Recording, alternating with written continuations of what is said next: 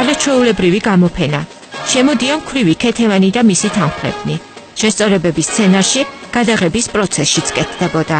არაჩვეულებრივი გამოფენის სარეჟისორო სცენარი საქართველოს ეროვნულ არქივში ინახება. არქივშივე დაცულია ფოტოები გადასაღები მოედნიდან.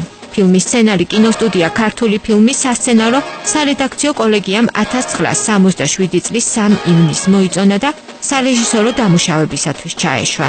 სცენარის მიხედვით ფილმის სათაური ჯერ სიყვარული ხანჯალი ღალატი უნდა ყოფილიყო. შემდეგ კი ძე შეცდომილი. საბოლოოდ მაყურებელმა ეკრანზე არაჩვეულებრივი გამოფენა იხილა.